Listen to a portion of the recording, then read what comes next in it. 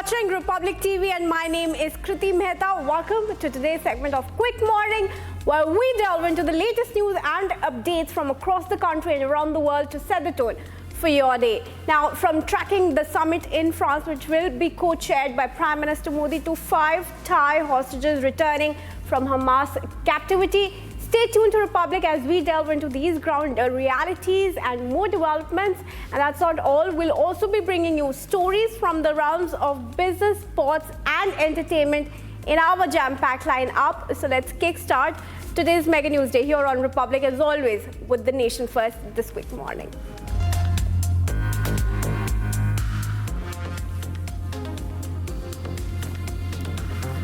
Prime Minister Narendra Modi is scheduled to visit France today at the invitation of French President Emmanuel Macron. During the visit, the Prime Minister will co-chair the AI Action Summit alongside President and other global leaders, including the US Vice President and Vice Prime Minister of China on February 11 in Paris. The AI Summit is a part of the Paris Peace Forum, and it aims to promote a sustainable, ethical and inclusive approach to AI development and deployment. The summit aims to address the development and deployment of AI technology in a trustworthy, humane and safe manner. India be co-chairing this AI Action Summit in Paris is a very important milestone for India and for France, both from let's say from what it can serve on the technology perspective and also from a political and geopolitical agenda. And President Droupadi Murmu will visit the Maha Kumbh Mela in Prayagraj today and take a holy dip at the Sangam. During her visit, which will last over 8 hours, the President will experience the Maha Kumbh's grandeur and spiritual significance. She will offer prayers at the revered Akshayavat and Bade Hanuman temple. Uttar Pradesh Chief Minister Yogi Adityanath will also be present on the occasion. President Murmu will begin her day at the Sangam Nose, where she will take a ceremonial dip in the Triveni Sangam, reinforcing the deep-rooted faith in Sanatan Dharma. Notably, the country's first president, Dr. Rajendra Prasad, had also taken a holy dip during the Maha Kumbh in the past. And amidst rumblings within the state BJP seeking a change of leadership in strife-torn Manipur, Chief Minister N. Biren Singh on Sunday tendered his resignation to Governor Ajay Kumar Bhalla at the Raj Bhavan in Imphal. The governor accepted Singh's resignation along with that of his Council of Ministers and requested that he continue in office until alternative arrangements are made. The development comes hours after Singh returned from Delhi after meeting Union Home Minister Amit Shah. Singh had been defying the opposition's demand to step down as Chief Minister of the ethnic violence state, where trouble broke out 21 months ago in May 2023. Meanwhile, the State Assembly session, which was scheduled to begin today, has been scrapped. The opposition had planned to bring a no confidence motion against Singh during the session. What people of Manipur deserves is a responsible government who can deal with the situations, because it's an unprecedented chaos that we have seen, subversion of all the propriety of constitutional order. Economy has been destroyed. So many lives have been lost, and thousands of people have still been languishing in relief camps. So we deserve a responsible government, and I think that's the first thought that I have. An 86-year-old Chennai industrialist V.C. Janardhan Rao was stabbed to death by his grandson Kriti Teja at his residence in Hyderabad on February 6. The murder occurred during a heated discussion over the division of family assets and property. Janardhan Rao, the chairman and managing director of the Velajan Group, had offered Kriti Teja a settlement of rupees 4 crore, which the grandson deemed insufficient. In fire of rage, Kriti Teja attacked his grandfather with a knife, inflicting 73 stab wounds. Janardhan Rao succumbed to his injuries on Sunday. And 14 fishermen from Rameshwaram in Tamil Nadu were arrested by the Sri Lankan Navy on Sunday for allegedly entering the waters of the island country. The Sri Lankan authorities also seized 2 mechanized boats from the possession of the detained fishermen. Fishermen in more than 400 boats went fishing from Rameshwaram on Saturday. Many of them were fishing in the waters of the Gulf of Mannar between Dhanushkodi and Thalai Mannar. The Sri Lankan Navy said it arrived in the area and seized 2 boats for allegedly crossing the border. Authorities are investigating at the Mannar naval camp. This incident has created turmoil among Rameshwaram fishermen. DMK MP Kanimoi on Friday called on the central government to take urgent steps to secure the release of 97 Tamil Nadu fishermen arrested by the Sri Lankan Navy. The DMK MP urged the central government to communicate with the Sri Lankan government and find a permanent solution for the issue. And security forces killed 31 Maoists in an encounter in Chhattisgarh's Bijapur district on Sunday. The gunfight broke out in the forest area on Sunday morning and 2 security personnel were also killed. The officials confirmed that many others were also injured in the face-off. The gunfight started in a forest in the Indravati National Park area. As per a senior police official, a joint team of personnel from different security forces was also out on an anti-Maoism operation. Inspector or General of Police Bastar region said that the latest gunfight took place in the Indravati National Park area. आज सुबह 8 बजे से लगातार exchange of fire हुआ। Exchange of fire के बाद में searching के दौरान 31 माओवादियों के शव बरामद हुए हैं। इसके साथ में AK-47 समेत कई ऑटोमेटिक हथियार बरामद किए गए हैं। मुठभेड़ के दौरान DRG एवं STF के एक जवान शहीद हो गए हैं और 2 जवानों को बुलेट इंजरी थी, जिसे चॉपर के द्वारा इवैक्यूएट किया गया है और बेहतर इलाज रायपुर में किया जा रहा है। And Navratna Defence PSU Bharat Electronics Limited will showcase its latest offerings for the armed forces at the Aero India 2025, scheduled to be held at Yelahanka Air Force Station in Bengaluru from today till February 14. Now, Aero India 2025 will feature a range of advanced products and systems from the BEL. Among the key offerings in communication equipment are variants of software-defined radio, radio on the move, and high-capacity radio relay. Electronic devices on display will include the uncooled thermal imager sight for assault rifles, passive night vision goggles, and the border observation surveillance system. India today can boast of having one of the largest defense industrial ecosystem in Asia, and we are committed to further enhancing our capabilities.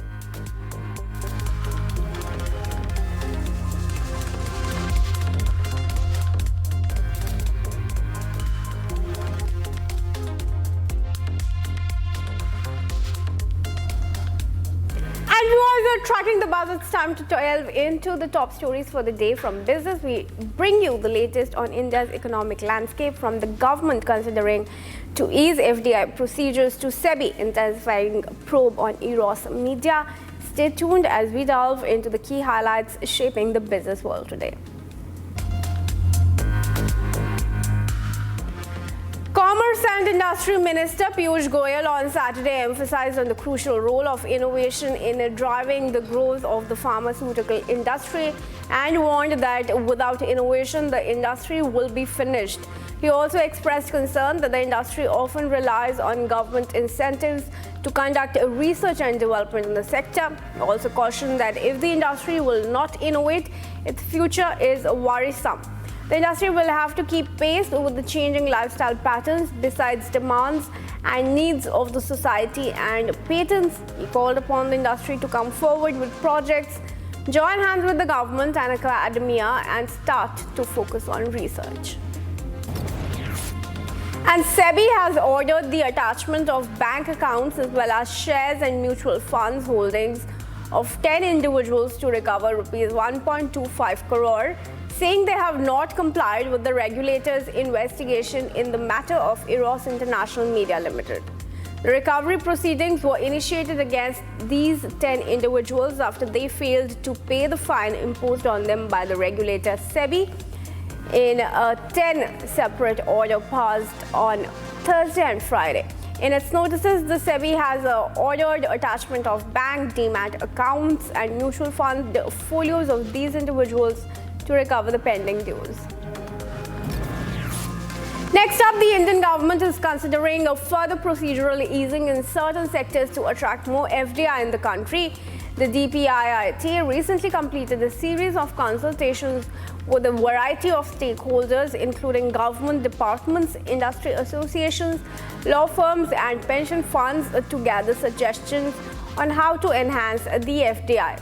The Indian government is considering further procedural easing in certain sectors to attract more FDI in the country inflows. And Aravind Srinivas, the CEO of Perplexity AI, has thrown down a challenge to Elon Musk following the Tesla founder's recent call to shut down the US Agency for International Development. Musk accused the agency of using taxpayer funds for harmful programs, even labeling it a criminal organization. In response, Srinivas posted a confident tweet. He tagged the head of the Department of the Government Efficiency from the Trump era, indicating that Musk's call wouldn't deter him from pursuing his plans. And the Indian Biogas Association on Sunday said the proposed increase in MSME financing in the General Budget 2025 is a right step to boost biogas industry. With a strong push for manufacturing, green energy and digital transformation, this budget sets the stage for Atmanirbhar and Viksit Bharat.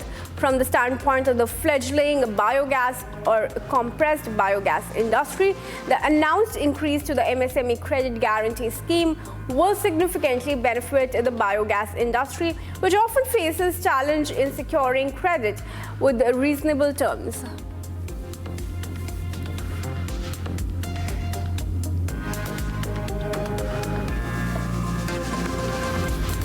And moving on now to take a look at stories from across the world in our segment on international news stories. Today we delve into significant developments from around the world, from Macron announcing huge investment in AI to 5 Thai nationals being released as part of the ceasefire agreement.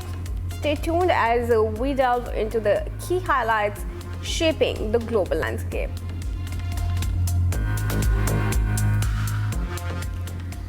A joint summit of leaders from Eastern and Southern Africa is underway in Tanzania as African governments try to find a solution to the violent conflict in Eastern Congo.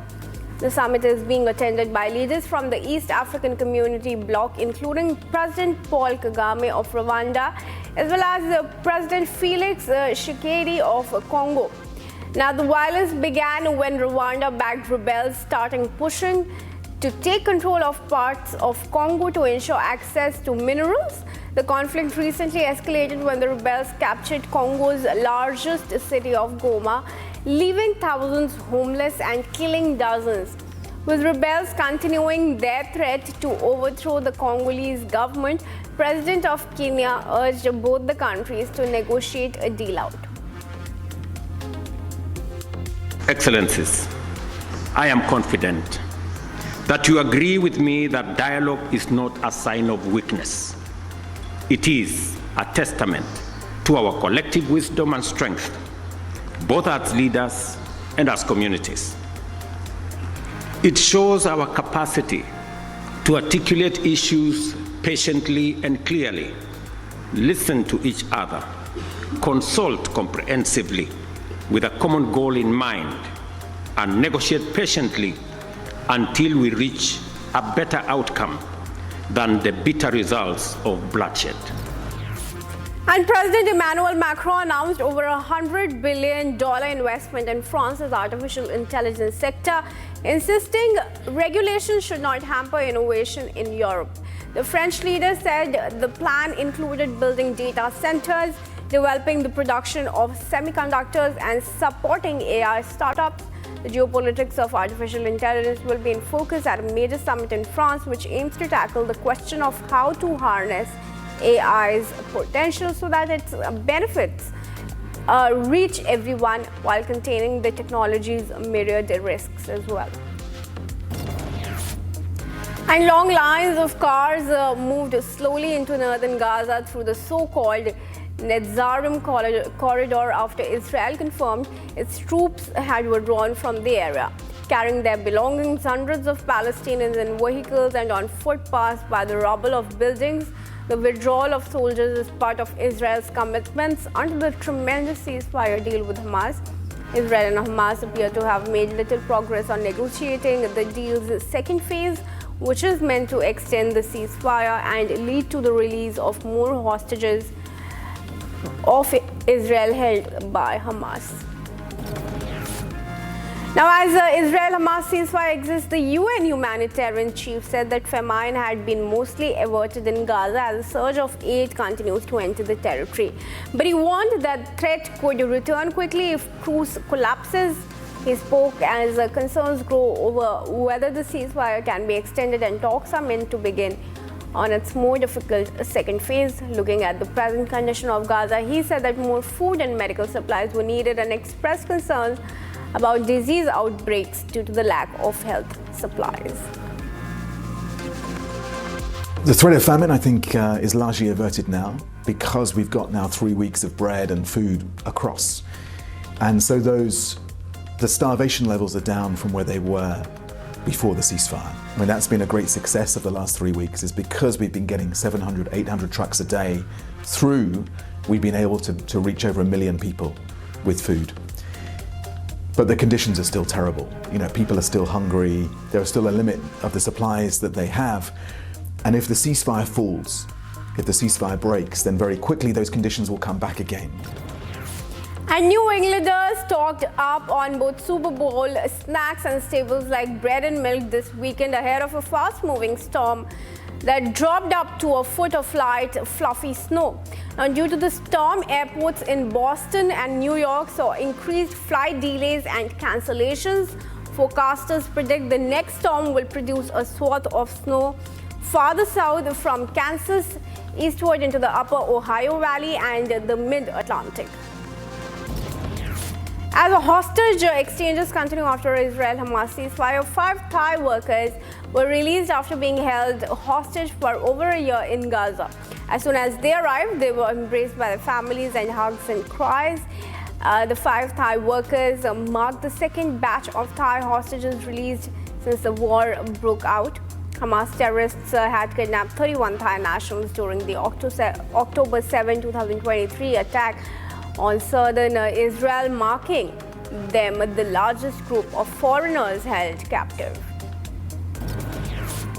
And U.S. Secretary of Homeland Security Kristi Noem criticized the Federal Emergency Management Agency and said that she, along with Trump, were committed to reforming it. The comments were made after she visited Asheville, North Carolina, to examine the damage that Hurricane Helene wrought on the community. She claimed that Trump had established a task force to address how FEMA can be improved and shifted much of FEMA's responsibilities and funding from the federal level to the states. President Trump has committed, and I'm committed with him, to bringing FEMA into the 21st century, to becoming a people's agency, and he has set up a task force that will go forward and address how we can better improve FEMA. Perhaps it is going to be eliminating a lot of what FEMA is at the federal level and giving the authority, the dollars, and the money to the states so that they can deploy that. This task force will be looking at all those opportunities.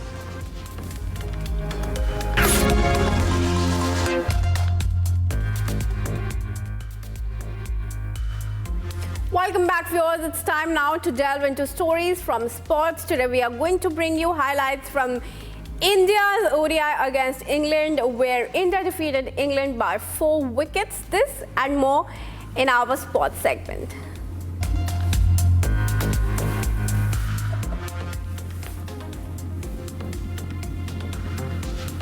Team India handed mystery spinner Varun Chakrabarti his maiden one-day international cap in the second match of the ongoing 3-series game against England. Varun's selection comes after a dominant T20I series against England. And two-time Olympic medalist shuttler PV Sindhu has pulled out of the Badminton Asia Mixed Team Champions in China due to a hamstring issue, dealing a huge blow to the country's chances of improving the color of their medal in the prestigious edition. New Zealand have suffered a major setback as Ravindra had to leave the field after being struck in the forehead during the first ODI match at Gaddafi Stadium. He could not spot the ball amid the floodlights as he attempted to take a catch. Eventually, the ball hit him on the face. India all-rounder Deepti Sharma has been appointed captain of UP Warriors for the upcoming Women's Premier League, stepping in for Alisa Healy, who had been ruled out due to injury. Having served as vice-captain in WPL last year, Deepti is now set to take full charge of the team.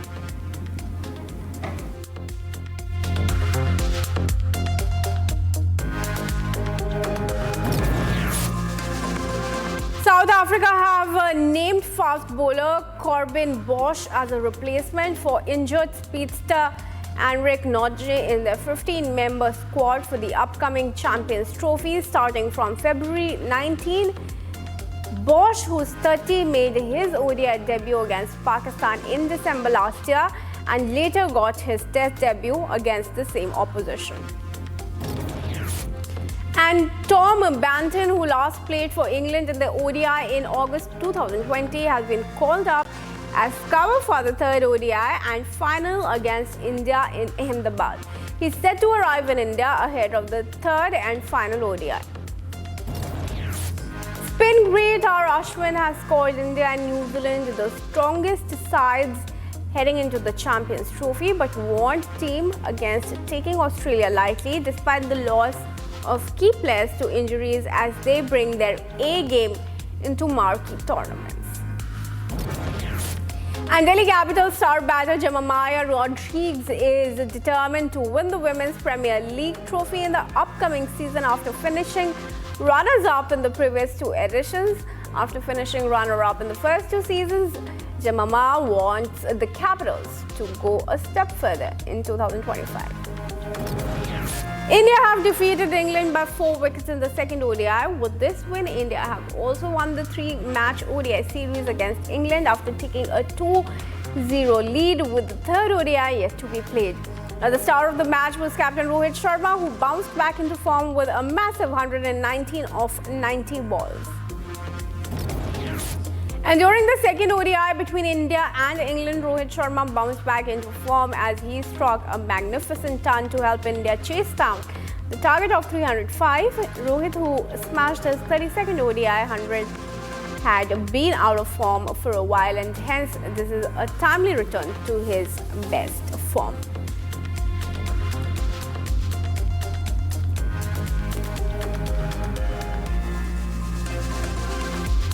And tracking the buzz, now it's time to delve into the world of entertainment. Today we bring you highlights from Bengaluru, where single Ed Sheeran broke his silence hours after his street performance was stopped by the police. That and more as we unravel all the updates from the entertainment industry this quick morning. The 36th Annual Producers Guild Awards took place in Los Angeles Saturday night. The ceremony honors the best film and television producers of the past year. Celebrity attendees included Jeff Goldblum, Taika Waititi, Ryan Murphy, Jane Fonda, Lamorne Morris, and more. Jesse Eisenberg, who wrote, directed, and starred in A Real Pain, shared insights into his creative process. I write in a weird way, I guess. I mean, it doesn't seem weird to me, but I write like in email drafts, so I don't know how long scripts are, because I want them to like not feel like movie scripts. I write in email drafts and on pieces of paper and weird stuff, and I lose some stuff during the process. But basically, I want to not think about them as movies until I finish them, and so or plays, as my background is in plays, and so I know when it's done when it feels done.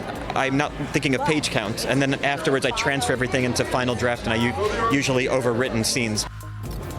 And stars hit the red carpet in Beverly Hills for the annual Directors Guild of America Awards. Directors were seen praising colleagues for their impactful work in the event. Edward Berger praised director Sean Baker, Jacques Audiard, and Ang Lee's work while recalling the times when she worked for them. Well, I would say I really love Sean Baker's work. I think he's a great director. The movie Anora is fantastic. I love it. Anytime he gets recognized, I jump up and cheer. I love, Jacques Audiard's a hero of mine. I worked with his cameraman on our movie. But you know what? I started out working for Ang Lee, and I'm in the same room with him, getting recognized on the same night. That's actually the biggest thing for me. And Muscovites decked out in US-inspired outfits from the 1950s to attend a disco festival program. The festival included dancing masterclasses on twist, fashion shows, and performances by cover bands. The event was started after the release in 2008 of a hit film called Stelyagi or Hipsters. The film, set in 1950s Moscow, follows a group of Sovietist citizens who were inspired by contemporary US fashion and explores their struggle for self-expression in the repressive Soviet Union. And hours after having his street performance stopped by the Bengaluru police, British singer-songwriter Ed Sheeran broke his silence on the situation. He claimed that his team had been granted permission beforehand, which prompted them to perform at the spot. The Grammy-winning artist's live performance at Church Street was halted by Bengaluru police today, minutes after he began singing. Authorities stated that the event lacked official permission, while Sheeran's team claimed it was a brief act with prior approval.